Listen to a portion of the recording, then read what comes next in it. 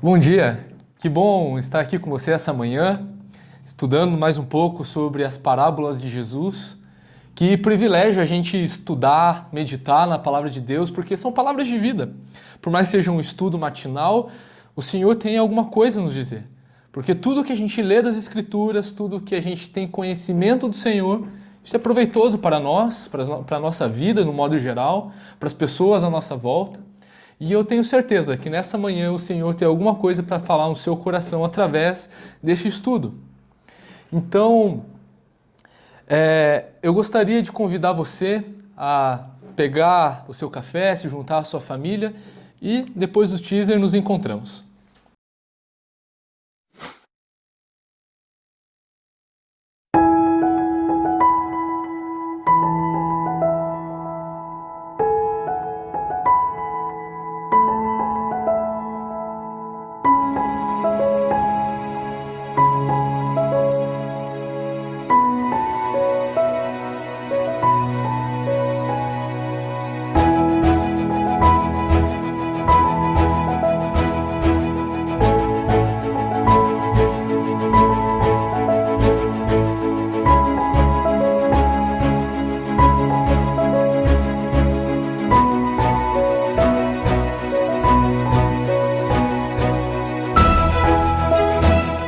Então, dando sequência aos estudos que nós estamos tendo aos domingos pela manhã sobre as parábolas de Jesus, como você já deve ter visto no título do vídeo, logo aqui embaixo, vamos falar hoje um pouco sobre a parábola do grão de mostarda. E esse texto se encontra no Evangelho de Marcos. Ele se encontra em alguns outros evangelhos, como o de Mateus e de Lucas, mas hoje vamos meditar no texto que se encontra em Marcos. Então, Marcos capítulo 4, versículo 30, vamos ler até o 32. Marcos 4, 30 ao 32.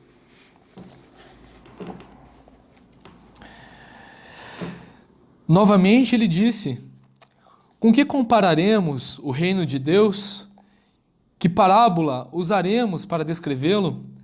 É como um grão de mostarda, que é a menor semente que se planta na terra. No entanto, uma vez plantado, cresce e se torna uma das maiores plantas, com ramos tão grandes que as aves do céu podem abrigar-se à sua sombra. Essa parábola ela tem muito a nos contar, tem muito a nos dizer. Porque Jesus, se a gente for ver o contexto em que Jesus está falando tudo isso, ele está se referindo ao reino de Deus. Assim como em todas as suas parábolas, Jesus ele ensina não apenas sobre princípios éticos, morais, isso se torna consequência daquilo que Jesus está ensinando, mas principalmente o que Jesus está fazendo é comunicando o reino de Deus para as pessoas.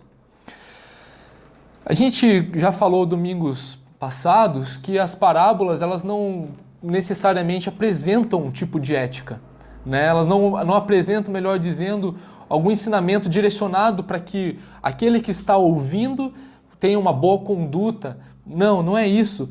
Isso seria moralismo da parte de Cristo. Jesus está falando dele, das coisas do reino do Senhor, e aquilo está sendo aplicado na vida daquelas pessoas. A parábola ela tem como método, por assim dizer, abordar figuras do cotidiano das pessoas mais comuns, até as pessoas mais eloquentes. Aquele contexto, precisamos lembrar que era um contexto em que Jesus está se referindo às coisas eternas. Esse contexto que nós estamos aqui, Jesus, como a gente pode bem ver no decorrer do capítulo 4, Jesus ele está conversando com seus discípulos e também conversando com as outras pessoas, e ensinando as pessoas por meio de parábolas. E nesse contexto, Jesus deixa bem claro o propósito pelo qual ele conta por meio de parábolas. Se você voltar anteriormente, tudo que está dizendo aqui em Marcos 4, que também são textos que você A parábola que estamos estudando aqui pode ser encontrada em Mateus 13, do versículo 31 e 32, e Lucas 17, do 5 ao 6. Jesus está mostrando aqui, contando para os seus discípulos, o motivo e o propósito pelo qual ele utiliza de parábolas. Lembrando novamente que aquele momento da história ali que Jesus, no contexto em que Jesus estava morando, estava habitando, Jesus ele confrontou muito daqueles que se diziam homens da lei, detentores de toda a verdade de Deus, e a utilização de parábolas fazia com que aquilo fosse, tudo o que fosse ensinado, tinha sido ensinado dos mais poderosos, pelos fariseus, homens da lei, aos mais pobres, fizesse sentido, porque era um jugo muito pesado que aqueles homens colocavam sobre o povo. Nesse trecho que a gente acabou de ler, é bem claro que Jesus geralmente se compromete em ensinar desse jeito. Então, Jesus ele está novamente aqui ressaltando, está falando de uma forma muito clara sobre o reino de Deus. Como a gente acabou de ler, o versículo 30 começa falando assim, novamente, ele disse, com o que, melhor dizendo, compararemos o reino de Deus? Estritamente, Jesus está direcionando o reino de Deus, o que é o reino de Deus nesse trecho. Então a gente vê que nesse contexto que estamos abordando, Jesus está trabalhando mais uma vez algo muito comum da postura de Jesus no seu ensinamento, contar uma série de parábolas. A gente vê que Jesus ele conta primeiro a parábola do semeador, né? Parábolas que a gente ainda não viu, que a gente vai continuar estudando na sequência. A parábola do semeador, que é muito conhecido por muitos que estão nos assistindo, o da candeia, o da espiga cheia de grãos e a parábola em que nós estamos vendo nessa manhã. E olha que interessante a intencionalidade que Jesus tem aqui. A cultura judaica, ela tem como referência sempre o plantio, pois naquele contexto em que Jesus estava, era comum da sobrevivência daquelas pessoas mais simples, e até mesmo de uma forma direta ou indireta, aqueles que eram mais ricos e que possuíam terras, era comum naquele contexto essa ideia do plantio. Né? Era uma sociedade totalmente agrícola. Logo, as pessoas que estavam ouvindo Jesus contando essas parábolas, por exemplo, a parábola do semeador, a parábola da espiga cheia de grãos e a parábola do grão de mostarda, fazia muito sentido. Era uma referência muito esclarecedora na mente dos seus ouvintes. Lembrando que a parábola ela utiliza de figuras que estão relacionadas ao cotidiano das pessoas, a fim de que aquilo que está sendo ensinado faça sentido em suas vidas. Mas indo diretamente para o texto que estamos abordando esta manhã, nos versículos 30 e 31, nós podemos observar nesse texto que Jesus ele faz ilustrações, ele faz uma pergunta ao que se pode comparar o reino de Deus e qual parábola pode ser descrito o reino de Deus. E Jesus ele compara o reino de Deus a um grão de mostarda que é plantada e afirma que o grão de mostarda é a menor semente de todas. O que Jesus estava prestes a ensinar é relacionado diretamente com o que ele se propunha a falar. Nós podemos ver que o reino de Deus, nas parábolas de Jesus, é semelhante a esse grão de mostarda, pequena, minúscula e menor dentre todas as sementes. Pois bem, esse texto tem sido utilizado por muitos liberais, por muitas pessoas que são críticas às Escrituras, como dizendo que a Bíblia errou aqui, porque o grão de mostarda, se a gente for ver na botânica, não é o menor grão que existe. Por exemplo, o grão de mostarda ela tem cerca de 2 milímetros de diâmetro, enquanto a semente do morango, que é algo muito comum no nosso contexto ocidental, ela mede menos de 1 milímetro. Com certeza, você já deve ter visto o tamanho que é a semente de um morango. E é muito pequena, e realmente é menor que um grão de mostarda. Mas eu te pergunto, a Bíblia errou aqui? Primeiro a gente precisa fazer algumas perguntas, alguns questionamentos. Por que Jesus está falando sobre um grão de mostarda? A quem Jesus está falando sobre o grão de mostarda e o que ele pretende falar sobre isso? Bom, a gente não pode afirmar que a Bíblia errou aqui, pois Jesus está ensinando por meio de parábolas. E naquele contexto agrícola, era a melhor comparação, era o melhor exemplo de grão pequeno que naquele contexto existia. E servia especificamente para falar sobre o que Jesus tinha ali em mente. Então, era a menor planta conhecida, a mostarda, não a menor planta, melhor dizendo, a melhor semente. E mesmo que as pessoas daquela época e região conhecessem o morango, que não era uma realidade, não seria o melhor exemplo também a ser usado. Pois, como bem sabemos, o morango ele não cresce de uma forma frondosa, assim como Jesus está propondo aqui, que o grão de mostarda, por minúsculo que seja, se transforma numa grande árvore robusta, frondosa.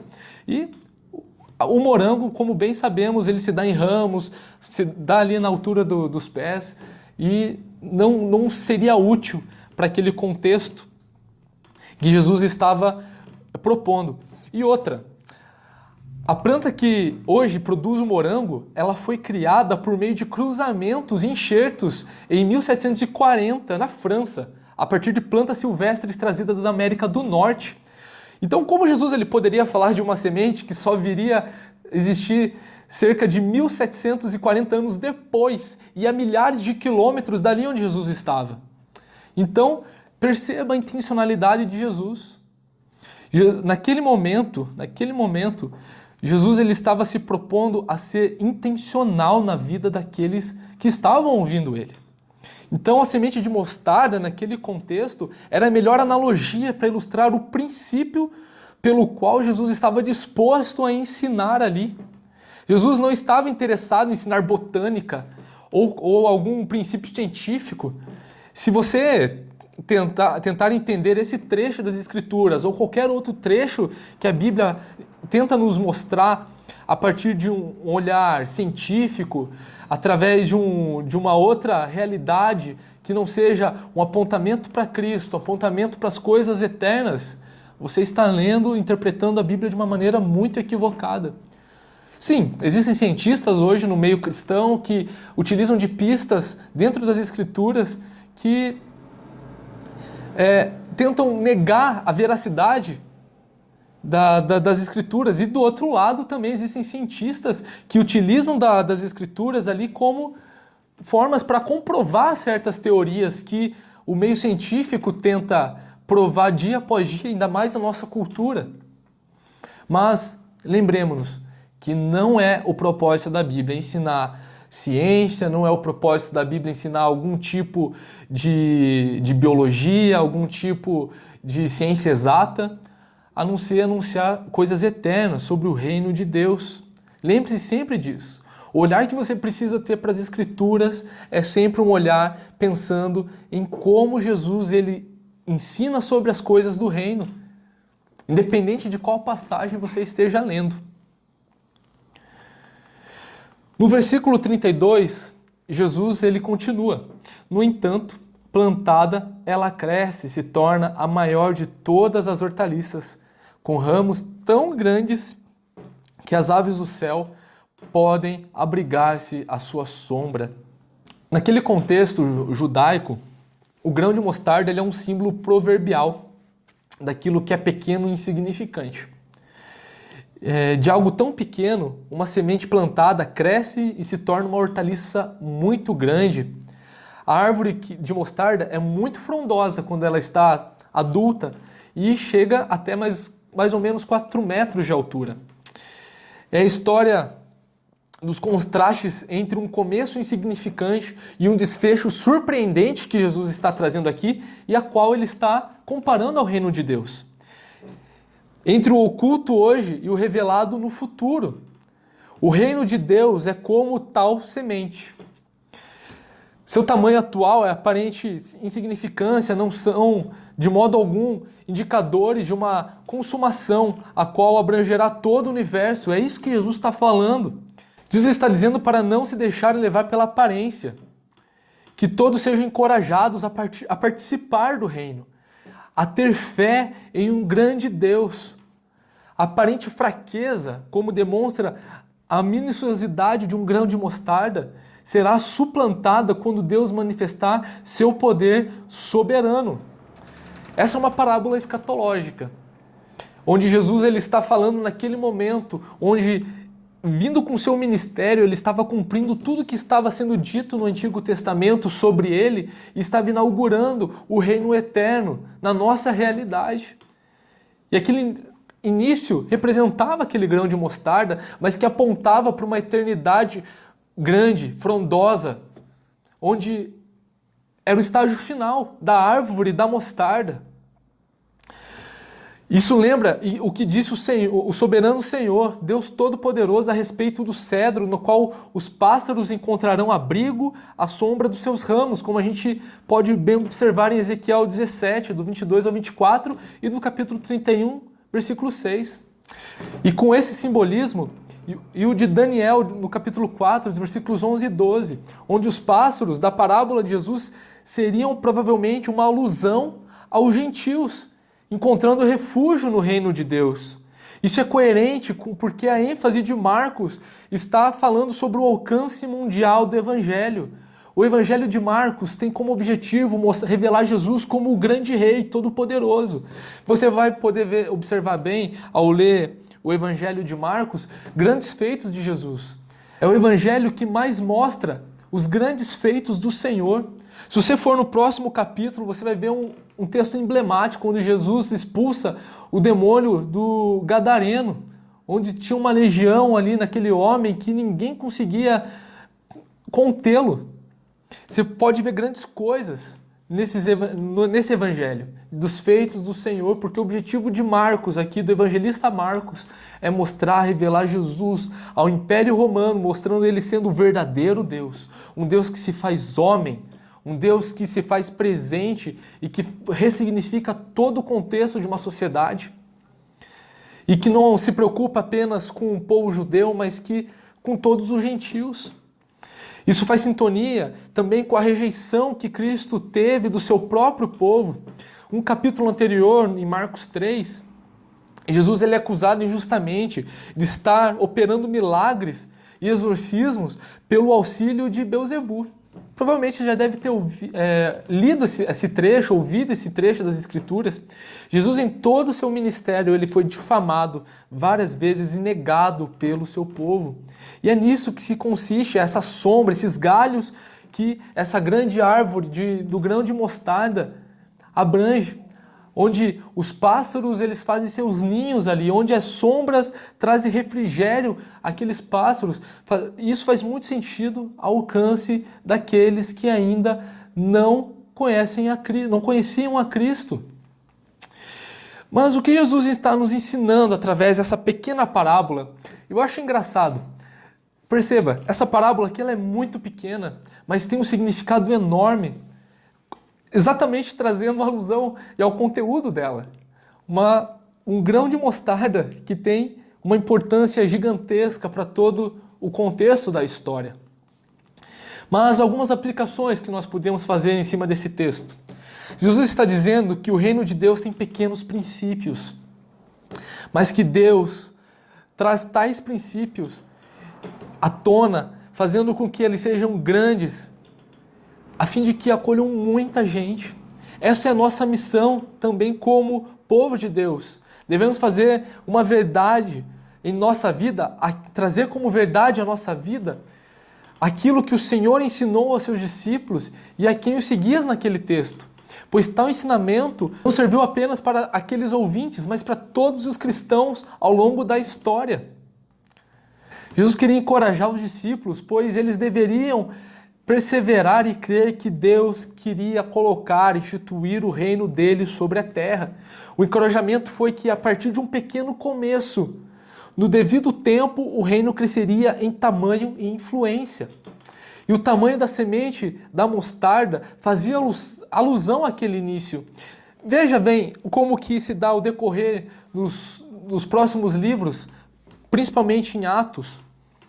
A gente vê que Jesus ele começou com 12 apóstolos. E logo já havia mais 500 pessoas ali naquele momento em que Jesus já havia sido ressurreto. Pedro, no dia de Pentecostes, depois da sua pregação, angariou mais 3.000 pessoas ao cristianismo. Ao longo do livro de Atos, continuando o livro de Atos, você vê que esse número ele só tende a crescer o tempo todo.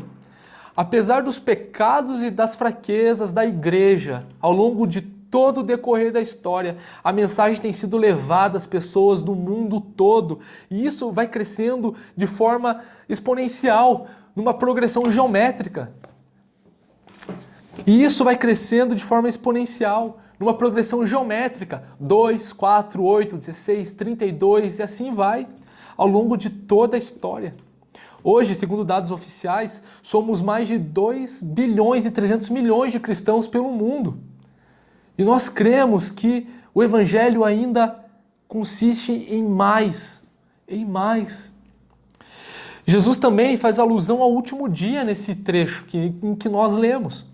Por ora, essa árvore, isto é, o reino de Deus, continua crescendo, mas quando ela parar de crescer, isto é, quando Jesus voltar, sua igreja ela se juntará com o Senhor, todos os santos, de todas as épocas, de todas as nações, de todas as línguas, confessarão que o Senhor é Deus. Todos juntos, num só cântico, num só louvor, adorarão o Senhor, num novo céu e numa nova terra. Podemos também ver que, como parte desse reino que continua a crescer, nossa missão é seguir o crescimento dessa árvore, cooperar para o seu crescimento constante. Isto é, pregar o Evangelho. Marcos tem esse viés que mostra o Senhor como Rei Todo-Poderoso, que reina eternamente. Temos muito trabalho para fazer, porque estamos seguros que o Senhor está no controle de tudo. Essa é a nossa missão como cristãos. O Senhor ele não nos chama para que a gente tenha agora um momento de descanso. Isso está reservado ao descanso no Senhor na eternidade, onde nós continuaremos a trabalhar, mas sem o jugo do pecado. Mas por ora, nós somos comissionados ao Senhor. Perceba aqui no Evangelho de Mateus 28, nós percebemos a grande comissão, o imperativo que Jesus fala: ide por todo o mundo e pregai o Evangelho, batizando-os em nome do Pai, do Filho e do Espírito Santo, e ensinando sobre tudo aquilo que o Senhor ensinou. Essa é a nossa missão. O Evangelho ele não se trata de passividade, mas de atividade. Nós podemos sim aumentar o reino do Senhor, porque ainda há tempo, há muitos eleitos que estão por aí, que precisam e que estão destinados a ouvir o Evangelho, e nós, como cristãos, somos separados a fim de que nós façamos parte desse privilégio que é participar da obra do Deus eterno, desse Deus todo-poderoso que reina e continuará reinando eternamente. Jesus instituiu o seu reino hoje aqui. Está instituindo ao longo de toda a história. Institui hoje, instituirá amanhã e consolidará na sua volta. Sempre existirão dificuldades até Jesus voltar. Tudo à nossa volta, nesse contexto pós-moderno, pode fazer com que o Evangelho se torne pequeno e insignificante, como um grão de mostarda. Mas nós não caminhamos pelo que nós vemos, nós caminhamos pela promessa de Jesus Cristo. No seu retorno, que é a nossa esperança, em que podemos confiar e nos alegrar que o reino de Deus continuará avançando. Não importa, Jesus ele nos deu uma promessa, deu uma promessa a Pedro ali naquele momento, que sobre aquela pedra o Senhor estava instituindo aquela igreja, ou seja, aquela pedra, Jesus é o Senhor, que Ele era o Cristo, e Ele prometeu que as portas do inferno não prevalecerão sobre ela. Jesus nos dá essa segurança, nos dá essa promessa, e nós podemos continuar avançando seguros, porque o Senhor está voltando. Estamos vivendo os últimos dias, sinais como o de hoje mostram que Jesus está voltando. Deus ele não continua apenas agindo na igreja invisível, que tem avançado progressivamente, mas Ele também atua na igreja visível, que consiste em mim, em você, nos seus amigos, nos seus familiares, que conhecem, que amam a Jesus. E isso não é ofuscado de forma alguma. O Senhor opera em nossas vidas a fim de que estejamos a cada dia mais prontos para a sua volta. E é isso que o Senhor tem a nos mostrar através dessa parábola, de que os pode parecer pequeno. Os princípios, os começos, eles podem parecer pequenos, mas estamos alicerçados numa grande árvore frondosa em que continuará crescendo. E quando essa árvore parar de crescer, Jesus volta. O reino de Deus continua avançando enquanto isso. Tempos difíceis em que estamos vivendo não são pretexto e não são problemas para o Senhor. Isso não impede. O simples fato de estarmos tendo essa conversa nessa manhã nos prova de que o Evangelho continua sempre triunfante, militante. O simples fato de podermos falar de Jesus, o simples fato de que ao longo de toda a história o Evangelho ele não foi ofuscado, mostra, é prova cabal de que o reino continua a se expandir. Mas enquanto Jesus não volta, a nossa missão é continuar trabalhando nesse reino. Somos súditos de um grande rei. E nós, como súditos desse grande rei, trabalhamos para esse grande rei. Servimos a esse rei com alegria, com fidelidade, com esperança e com um grande amor pelo que ele tem por nós. Essa é a nossa fé. Vamos orar? Bondoso Deus, muito obrigado, Pai, porque a Sua palavra é viva, a Sua palavra é constante, a Sua palavra nos dá ânimo e nos faz querer, Pai, prosseguir. Obrigado, Jesus, porque nós temos a esperança alicerçada no Senhor. Que o Senhor possa estar sempre trazendo à nossa memória, Pai, que é o Senhor que é o grande rei, de que é no Senhor em que as coisas estão consolidadas, Pai. A história pertence a Ti. Pai, nos faça cada vez mais perseverar, nos faça, Deus, cada vez mais viver a Sua verdade, viver o Seu Evangelho, a fim de que estejamos, Pai, sempre prontos a trabalhar para a grande obra, que é um privilégio participar. Por amor, por graça, o Senhor nos convida, Pai. Nos faça, Pai, cada vez mais cristãos, Pai, crentes, temerosos ao Senhor, compreendendo, Pai, a cada dia o valor que tem, que é trabalhar na Sua obra, Pai. Que a nossa vida, assim como esse grão de mostarda, esteja cada vez mais crescendo e que seja cada vez mais enraizada no nosso coração. E nós esperamos pelo Senhor. Que o Senhor venha estar sempre nos consolando enquanto o Senhor não volta, nos dando alegria, nos dando o ânimo necessário, porque nós só temos o Senhor no final das contas. Te agradecemos, Pai, no nome do Senhor Jesus. Amém. À noite, continuaremos a nossa série de pregações, Pandemônio, o perigo de servir falsos deuses. Falaremos um pouco mais sobre esse assunto do reino de Deus, então não perca. Às 7 horas nos encontramos novamente. Até lá!